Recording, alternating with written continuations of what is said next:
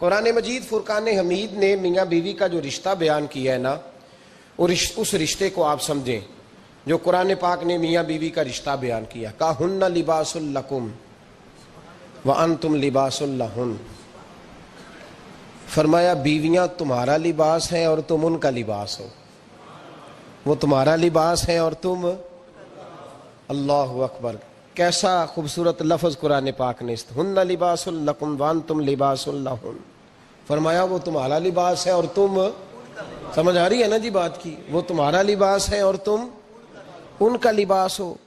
تین خوبیاں تو ہر لباس میں ہوتی ہیں، تین چیزوں کے لیے لباس پہنا جاتا ہے، تین چیزیں، تین قسم کی آسائشیں لباس میں پائی جاتی ہیں، اس پر تو تمام مفسرین کا اتفاق ہے۔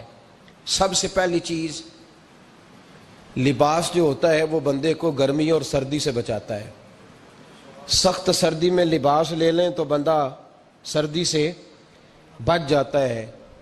اس کا مطلب یہ ہوا کہ میاں بیوی ایک دوسرے کا لباس ہیں، اگر بیوی کی طرف کوئی تکلیف آتی ہے تو میاں اس کو بچاتا ہے، اور اگر میاں کی طرف کوئی تکلیف آتی ہے تو عورت اس کو بچاتی ہے۔ میاں بیوی ایک دوسرے کا لباس ہے۔ لباس کیا کرتا ہے؟ لباس آدمی کے عیب چھپاتا ہے، اس کے وجود پر کتنے دھبے ہیں، کتنے نشان ہیں، وہ سارے چھپا لیتا ہے لباس۔ میاں بیوی ایک دوسرے کے عیب چھپانے والے ہوتے ہیں، عیب بتانے والے، رونا رونے والے نہیں ہوتے کہ بی بی جب بھی میکے گئی اس نے جا کے رونا شروع کر دیا، اتنی میں تانگو دوسرا ہے ہی کوئی نہیں، اور خامد صاحب جب بھی ملے انہوں نے ایک ہی راگ الاپنا شروع کر دیا کہ میری کیا بات تھی، مجھے مل کیا گیا ہے، میں کیا تھا، میرے ساتھ ہوا کیا ہے۔ تو لباس ہیں، ایک دوسرے کا عیب چھپائیں گے، بولیے ایک دوسرے کا عیب چھپائیں گے، ایک دوسرے کی غلطیوں کی پردہ پوشی کریں گے۔ اور تیسرا لباس کا کیا مقصد ہوتا ہے؟ لباس شخصیت کا آئینہ دار ہوتا ہے۔ لباس آدمی کی اچھی اور خوبصورت طبیعت کا حصہ ہوتا ہے۔ جو لباس ہوتا ہے وہ انسان کو زینت بخشتا ہے، خوبصورت کر دیتا ہے۔ داڑھی والا آدمی ننگے سر پھرے تو خوبصورت نہیں لگتا، ٹوپی پہن لے تو بڑا پیارا لگتا ہے، ٹوپی پہنے تو بڑا، اور اگر امامہ باندھ لے تو نور نالا نور ہونا شروع ہو جاتا ہے۔ اللہ کرے آپ خوش ہو جائیں، آمین تو کہہ دیں، اور اللہ کرے فجر کی نماز آپ امامہ باندھ کے پڑھ لیں، آمین تو کہیں۔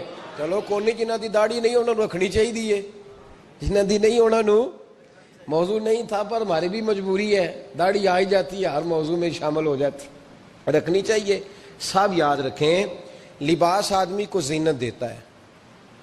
قرآن مجید کے لفظوں پہ غور کرو، اگر تو شادی کے بعد بیوی کے آنے کی وجہ سے خامد کو سکون نہیں ملا تو اس کا مطلب ہے اس نے گھر کو زینت نہیں دی، اور اگر شادی کے بعد اس بچی کو تحفظ نہیں ملا، اس کو اپنے گھر کے اندر سکون نہیں ملا، تو اس کا مطلب ہے خامد نے اسے زینت، اس لباس نے زینت نہیں دی۔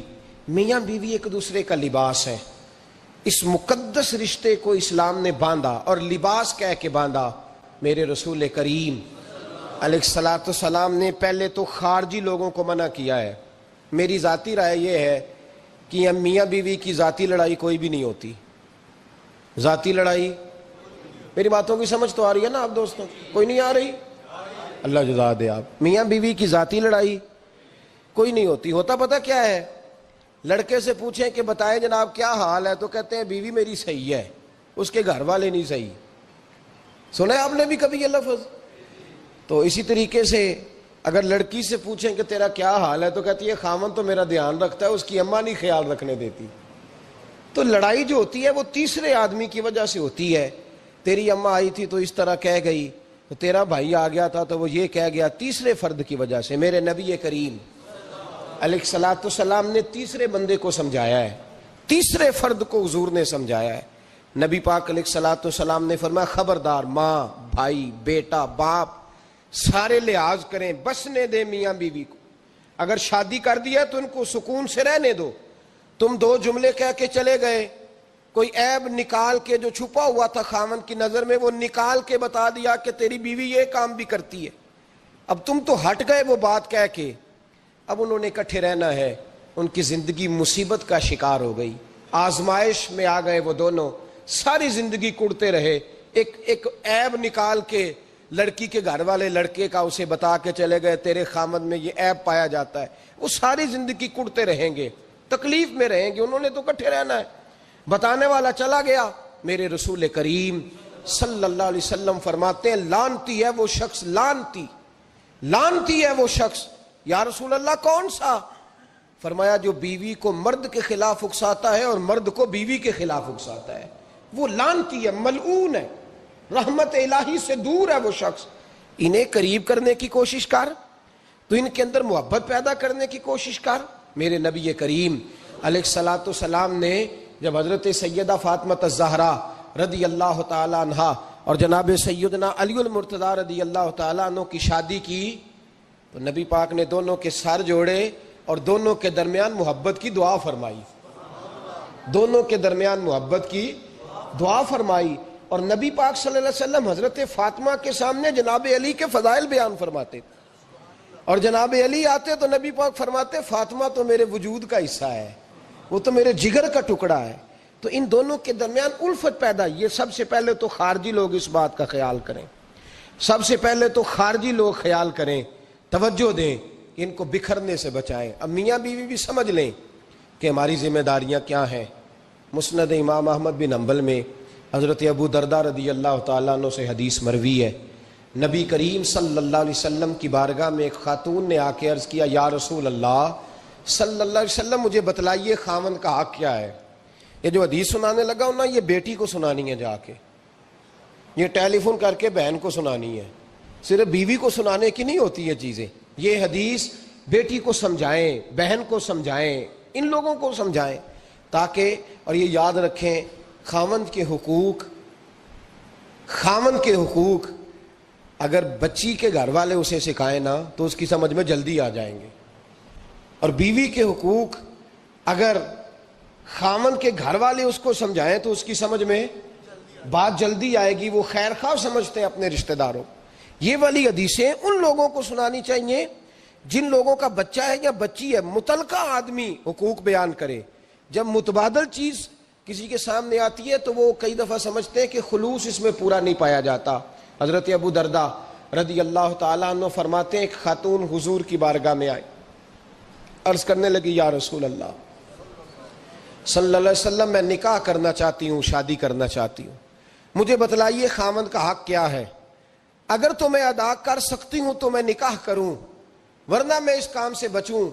میرے نبی کریم علیہ الصلوۃ والسلام نے فرمایا بی بی اگر خاوند کے ناک سے رینٹ نکلے، ریشہ نکلے، پیپ بہے اس کی ناک سے، اور بی بی اپنی زبان سے وہ صاف کر دے تو پھر بھی اس کا حق ادا نہیں ہوتا۔ حضرت ابو درداء کہتے ہیں آنکھ کھول کے اس عورت نے دیکھا تو میرے نبی پاک نے اگلے جملے ارشاد فرمائے، حضور نے فرمایا تو ان باتوں میں حیرت کر رہی ہے، میں اگر خدا کے علاوہ کسی کو سجدے کا حکم دیتا تو میں عورت کو کہتا اپنے خاوند کو سجدہ کرے، میں اس کو کہتا یہ کام کرے۔ میرے رسول کریم علیہ الصلوۃ والسلام نے حقوق کا تعین فرمایا، حقوق کا تعین فرمایا، اور نبی کریم صلی اللہ علیہ وسلم نے فرمایا جو عورت اس حال میں مر گئی، اس حال میں دنیا سے گئی کہ اس کا خاوند اس سے راضی تھا، اس کا شوہر اس سے راضی تھا، اس کا گھر والا اس سے مطمئن تھا، تو میرے نبی پاک فرماتے ہیں جب دنیا سے جائے گی تو رب کریم جنت کا دروازہ کھول کے فوراً ہی جنت میں داخل فرما دے گا، اس کو بغیر روک ٹوک جنت دے دی جائے گی۔ شرط یہ ہے کہ وہ جب دنیا سے جائے تو اس حال میں جائے کہ اس کا خاوند اس سے شکوے نہ کرتی پھرے، شکایتیں نہ کرتی پھرے، شکایتیں نہ کرے۔ ہمارے زمانے میں شکایتیں ہوتی ہیں، اور خواتین عورتیں اس بات کو سمجھتی نہیں کہ اللہ نے جو میرے نصیب میں رکھا تھا اور جو خاوند رب نے میرے لیے پسند کیا تھا وہ اللہ نے مجھے عطا فرما دیا ہے۔ وہ شکوے کرتی ہیں، شکایات کرتی ہیں، اور دوسری عورتوں کو سامنے رکھ کے وہ فلاں کے حصے میں یہ چیز آئی، فلاں کے حصے میں یہ چیز آئی، فلاں کا خاوند یوں کرتا ہے، شکوہ کرتی ہیں۔ میرے رسول پاک علیہ السلام نے فرمایا عورتیں کثرت سے جہنم میں جائیں گی، کثرت سے۔ تو ایک صحابی رو پڑے، ایک حدیث میں لفظ یہ ہے رو پڑے، عرض کرنے لگے یا رسول اللہ وہ ہماری مائیں بھی ہیں، بیٹیاں بھی ہیں، بہنیں بھی، حضور جہنم میں جائیں گی؟ نبی پاک صلی اللہ علیہ وسلم نے فرمایا ایک تو وہ عیب جوئی کرتی ہیں، غیبتیں کرتی ہیں، دوسرا رب کا شکر ادا نہیں کرتی، اور تیسرا فرمایا اپنے خاوند کا بھی شکریہ ادا نہیں کرتی، بات بات پہ ناشکری کرتی ہیں، بات بات پہ ناشکری کرتی، اس سبب سے جہنم میں جائیں۔ عورت کے حقوق کا تعین فرمایا، اور ساتھ ہی میرے رسول پاک علیہ السلام نے مرد کی طرف توجہ فرمائی، اور کیا خوبصورت لفظ ارشاد فرمایا تم میں ہر آدمی اپنے آپ کو اچھا سمجھتا اور اچھا کہتا ہے، ہر آدمی کہتا ہے، لیکن کوئی اگر مجھے آ کے پوچھے گا کہ محبوب آپ کی امت میں اچھا کون ہے، تو حضور فرماتے ہیں میں اسے اچھا سمجھوں گا جو اپنے گھر والوں کے حق میں اچھا ہے، جو اپنی بیوی خیرکم لأہلہ، تم میں سے بہترین وہ ہے جو اپنے گھر والوں کے لیے اچھا ہے، اور فرمایا جاؤ میرے گھر جا کے پوچھ لو وانا خیرکم لأہلہ، میں تم سب سے زیادہ بڑھ کر اپنے گھر والوں کے لیے اچھا ہوں، تم میں بہترین وہ ہے جو اپنے گھر والوں کے لیے، بال بچوں کے لیے، بیوی کے لیے اچھا ہے۔ رسول کریم علیہ السلام نے خاوند کو حکم دیا اور ارشاد فرمایا کہ عورت ٹیڑھی لکڑی ہے، بیچاری کو اللہ نے عقل پوری نہیں دی۔ ایک بچہ چھوٹا ہوتا ہے، ہمیں پتہ ہوتا ہے کہ اس کا شعور پورا نہیں، اگر کوئی غلطی کرے تو کیا اسے نکال دیا جاتا ہے گھر سے؟ بولے، چھوٹا بچہ ہے، وہ کئی دفعہ بڑا نقصان کر دیتا ہے، آپ کیا کہتے ہیں؟ اسے مارتے ہیں، کلاڑی لے آتے ہیں اس کے لیے؟ اس طرح کرنا چاہیے، اس کے ابے کو بلا لینا چاہیے، بےزتی کرنی چاہیے پنچایت میں بٹھا کے کہ یہ غلطی کی ہے تیرے بچے نے۔ بھائی دادا یہ کام کرتا ہے؟ بولے نا، کیوں نہیں کرتا؟ وہ کہتا ہے ہمارا بچہ نہ سمجھ ہے، اپنا پوتا ہے، ہمارا اپنا ہے، اگر ہم اس کا ایپ باہر نکالیں گے تو بڑا کام غلط ہو جائے۔ لیکن وہی ابا جی جب بہو کوئی غلطی کر بیٹھتی ہے تو پنچایت بلاتے ہیں، لوگوں کے سامنے معاذ اللہ تعالیٰ بڑی کڑوی کسیلی باتیں کرتے ہیں، ایسی باتیں کرتے ہیں کہ جو ان کی بیٹی کے بارے میں کہی جائے تو وہ کبھی پسند نہ کریں، اتنے سخت جملے کہے جاتے ہیں، بیٹی والے کو رسوا کیا جاتا ہے۔ میرے نبی کریم علیہ السلام نے فرمایا یہ ٹیڑھی لکڑی ہے، بیچاری کو اللہ تبارک و تعالیٰ نے اپنی حکمت کے تحت عقل آدھی عطا فرمائی ہے، تم اگر چاہو گے سیدھی کرنا تو یہ ٹوٹ جائے گی، سیدھی نہیں ہوگی۔ حضور کیا کریں؟